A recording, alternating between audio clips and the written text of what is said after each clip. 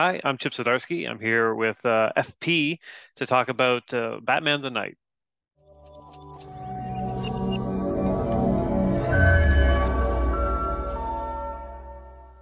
Welcome to Forbidden Planet TV. I am Andrew Sumner, and this is Chip Zdarsky. Three thises. How are you, mate? I'm doing good, even though I'm disheveled and pink all at the same time. Hey, I don't know how you that know, happens. I can't think of a better combination of physical state and colour. You know, Yeah, dishevelled yeah. in pink is far more upbeat than Ooh. dishevelled in grey. Nobody wants to be that. It's true. That is true. Yeah. No, for sure. And how appropriately dressed, given the fact that we're about to talk about your work on Batman. You know, come on. You know, the sheer It's audacity of true. turning up to a Batman interview wearing a pink onesie. I think that's amazing. I think it's gray underneath, though. Don't worry. Oh, right. Okay. Very Like good. the Yeah, Bruce yeah. Wayne disguise, and yeah. Yeah. I love it. I love it. So your beautiful 12-part series, Batman the Knight, is being collected in a gorgeous hardcover edition, Mhm. which, as usual, is available for pre-order from the links right underneath us here. Bat fans, check it out. But it was as we've talked about Batman in the past. Like many old school comic fans, like many comic fans, like many people around the world, I'm a huge Batman fan. But this was a series that I absolutely loved, mate. And I think sometimes going back into filling in parts of like Batman mythology, you know, and how he came to be who he is. I think it's a mixed bag of results, you know. But I think what you Yeah. achieved here was very much at the top end of that. And Oh, cool. Thanks. it's a great, mate. It's a great book, and it's a trick we pulled off before with different characters from different companies in completely different ways. But I thought I was really interested to see you do the night when so as we've also talked about, I loved what you did with Spider-Man Life Story, and while this is a Cool. very different proposition, I knew you had that kind of feel for going back into the mythology of a character and playing around with it. So, how did the project come to be?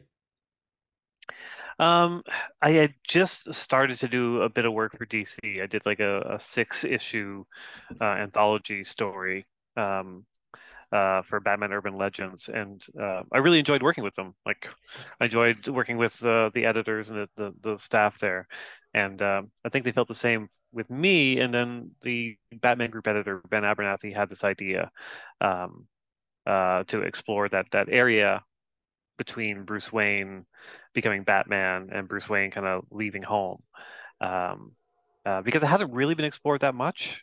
I mean, Batman's obviously every second of Batman's life has been mined for story. And there have been like bits over the years about his training and his various mentors across the world, but nothing that was like a complete story. And so he approached me about that idea. He essentially was like, "Hey, do you want to do like a long mini series about Batman where he's not Batman?" I'm like, "Okay, all right." That's a challenge. But I accept it because I started to think about some of the ideas I was going to end up doing in Batman the Night, and I started to get excited about it. And it's my fault. It's actually as long as it is. Like I think they would have been happy with six issues. I think I brought it to like 10 issues each, or 30 pages. Because I'm like, well, if we're traveling the world, we need to show all these places, and we can't just hop around. So we need to spend time in the spot. So it's going to be 10 issues.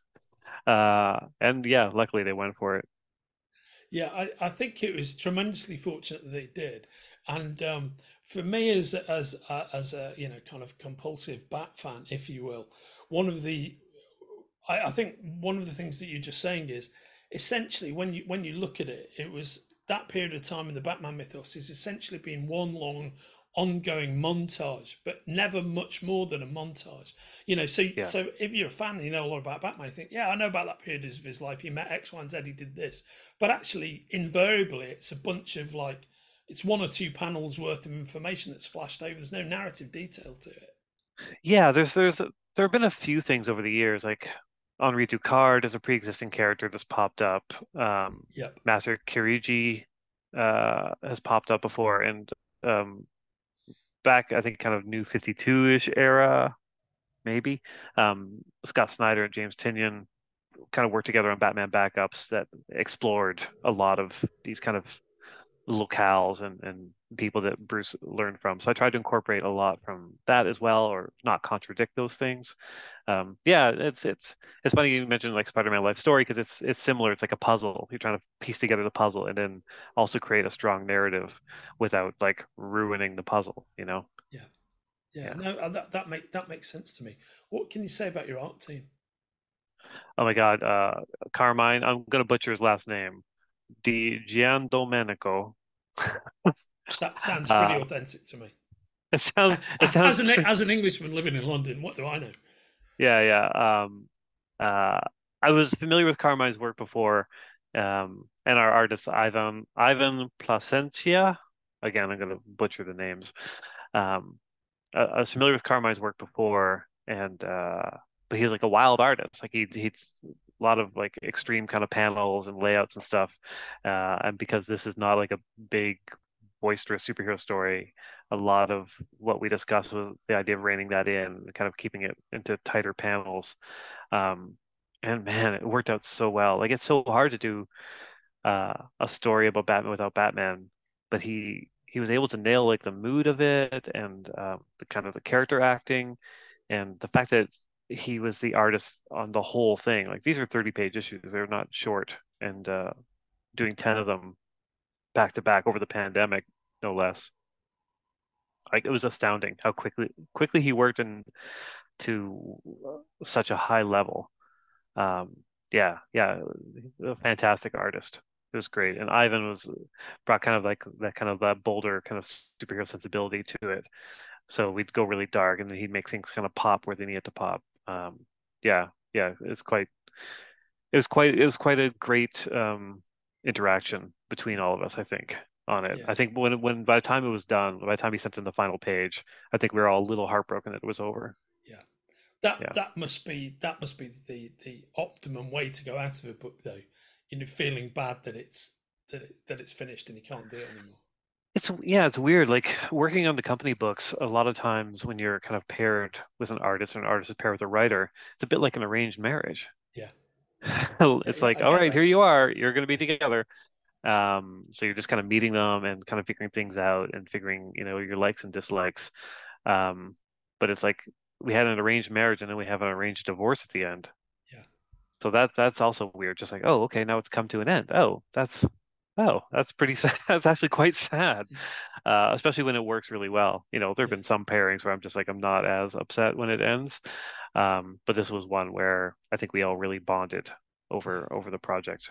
Yeah, actually, right afterwards, um, Carmine was in an art show of his work in Italy, and he approached me to write the foreword Oh, for lovely.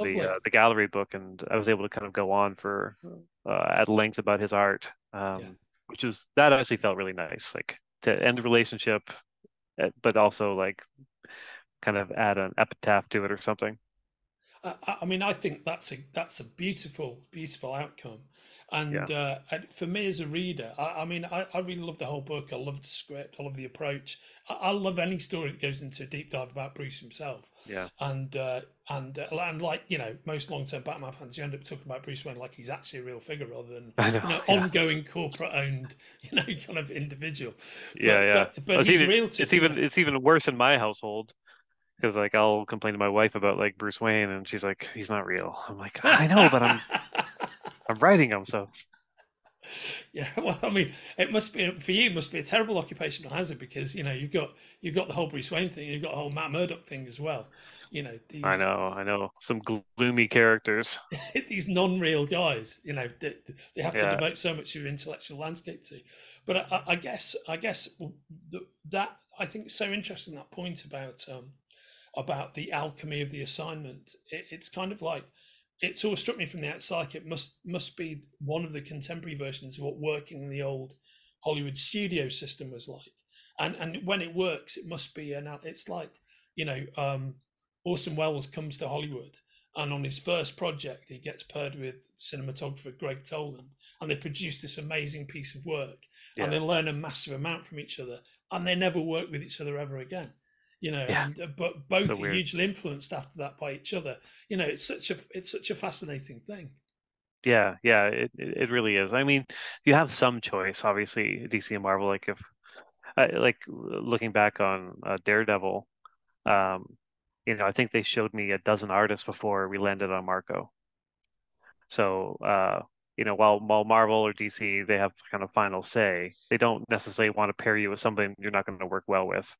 So unless it's an extreme situation, like you actually have some choice, and the artist has some choice too. Like they don't have to say yes; they can see the name Chip Zdarsky on the script and go, "Yeah, pass." I think it's I think it's a glorious time to be like a Batman fan. Not only are we talking about the night, but for the first time in a long time for me, that's not necessarily what other people would think, but it's this is how it is for me. I think DC are in a period where I really love what is happening on both of the core Bat books at the same time. So I really love what Yeah, Ram's doing with Gotham Nocturne. I love that book. I think it's amazing. yeah, it's great. I absolutely love what you're doing on Batman, and Oh, sweet, thanks. it feels to me like you're actually having a lot of fun doing it. I don't know if you are or not, but it comes off that way on Oh no, page. I definitely am. That was my big thing going into it. I think a lot of people kind of expected me to basically kind of redo Daredevil because I was known for that coming in. But I'm like, oh, but Batman can be so much more. Like Batman can be big and bold and funny and you can have him like take on the muggers in an alley, but you can also have him like fighting Darkseid, Yeah, in space. Like it's just that kind of character. So being able to kind of explore all the facets of Batman has been a joy. Yeah. yeah. And what can you tell me about? Because how long is your run going to be, Chip? I mean, I basically told DC I'm on the book until they fire me. Oh, So it could brilliant. be Okay. tomorrow, it could be a Yeah, few years. Like I've got plans for the next year at a minimum, unless things go horribly wrong. And I've enjoyed working with DC, and they've enjoyed working with me. And I think provided the sales don't slip drastically, I'll be on it for a while at least. Yeah, yeah. It's different than Daredevil. Like I've got beats that I want to do with Batman, but as I write, I keep discovering new things yeah. and creating new stories within the stories, and kind of going off my track a little bit wherever the muse takes me. Um, so it doesn't feel as set in stone as maybe my Daredevil run did. I would imagine that the joy of those digressive pieces of storytelling, when you get the inspiration to go off, it means that a lot of the kind of beats or turns that you want to get to with Batman, they're still in the future. You can still do them. It's like so Yeah, it's like the rug keeps on getting laid out further and further. yeah, it's nice knowing I've got a few more in the chamber. Like uh, yeah, yeah. It's fun. It's fun working this way. Like having just enough of a plan that it's going to be quite satisfying as we go along, but also discovering new satisfying things as you write. How does it feel to be? Because I'm imagining the fan inside yourself. I mean, I would say arguably Batman is the quintessential comic book superhero, right? Yeah, I mean, I think he's really the one in terms of. I mean, there are a couple of contenders, Spider-Man, obviously, Superman, yeah. whatever, but he's really the one, I think, in terms of how his mythology is kind of has affected the world entertainment, the cultural landscape. What's it like working on that in the center of that hurricane? Yeah, I mean, it's definitely a bit of a challenge. I may have mentioned this to you before, but when I got the gig, I got an email from ne'er do well Mark Wade, Ah, um, yes, yeah. yeah, congratulating me on the gig. But also he mentioned, he's like, just so you know, like, Batman is the fictional character who's had the most stories written about him in all of human history. Good luck coming up with a new story. Like, that was my introduction into Batman and as a writer. And yeah, he's not wrong. Like that is the challenge, trying to come up with something new. In a lot of ways, you're essentially like doing covers of songs that came before. You're trying to find your own spin um, on stuff that's either been touched upon or already explored with Batman. Um, but yeah, it's it's a challenge, but it's super fun. Are you a Wade fan, Chip? Define fan. as a I, person.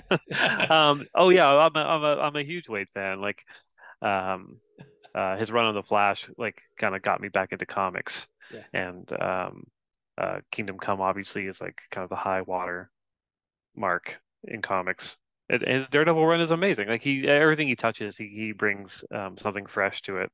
It's amazing that he's able to still do that considering how very, very old he is. yeah, Um, so I mean, he's fantastic. And talking about cover songs, like, obviously, Failsafe is an extension of his Tower of Babel story yeah, from Justice League, which I loved because that's one of those things where you read read stories that came before, and you're like, oh, that's interesting. I wonder what happened about if this happened as well. And that's directly kind of pulling from Wade's stuff. yeah. The reason I asked is because it seems to me, as a long-term fan of his, I can't think of any comic book writer who has written so consistently over such a long period of time, so inventively, and Yeah, with such joy and positivity. When you read yeah, his books, it's like, okay, this is what reading superhero comic books is really all about. Because you can be very yeah, cynical about the form as a whole, but yeah, you finish a Wade book and you feel filled with enjoyment, and happiness, if that makes sense. yeah. He's got a very his outlook on superheroes is unchanged. He sees them as joyous Yeah, and and the best of us. And no matter what kind of project he takes on, that's always kind of the undercurrent, no matter what he puts the characters through. And and yeah, like the fact that he's kind of consistently put out that high level of work, high quality over the years is pretty amazing. He's yeah. Joking aside, like, I love Mark. Like, he's one of my favorite creators and one of my favorite people. yeah. No, Yeah. he's something else. And to close out on Chip, what can you tell me about what, for those who've been following the story, and without giving away too many plot beats, but where are we what's about to come next? What's coming up is like a Batman Catwoman crossover called Gotham War. Ever since I arrived at DC, Teenie Howard also came from Marvel to DC, and I love Teenie. Like, we did the Marvel summits together, and as soon as she was on Catwoman, I was on Batman. We were just like, oh, we've got to do something together. Like, we've got to figure something out.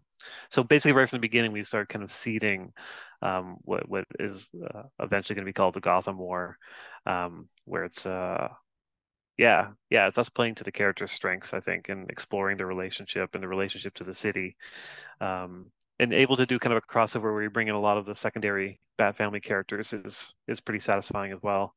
Yeah, I don't want to give too much away, but yeah, it's been a lot of fun, and it's Yeah, gonna upend things and make things feel fresh and different, which is always a goal, I think, in these kind of comics.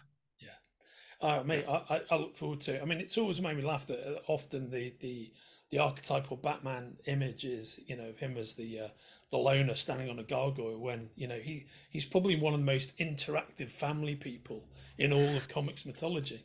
It's a problem with being a popular character. As soon as you're a popular character, they want offshoots of the Yeah, character. And yeah, Batman is solitary figure, but like, they keep throwing Robins into the mix and other yeah, kind of Gotham characters with bat ears, and it's like, yeah, okay, I guess you're the patriarch now. So yeah. we'll see how that plays out. Yeah, right. Fascinating stuff, mate. I look Yep. forward to it. Everything we've been talking about, the Batman ongoing series, all available for pre-order underneath our conversation. And Yep. thanks as ever for your candor and fertile conversation, Chip. It's always a pleasure talking to you. Oh, thanks, man. Same here. Yeah, take care, brother. I'll see you soon. All Bye right, bye. bye. If you're enjoying watching Forbidden Planet TV and you're enjoying watching us talk to the world's most interesting and accomplished filmmakers, authors, artists, musicians, creators, subscribe right here. See you soon.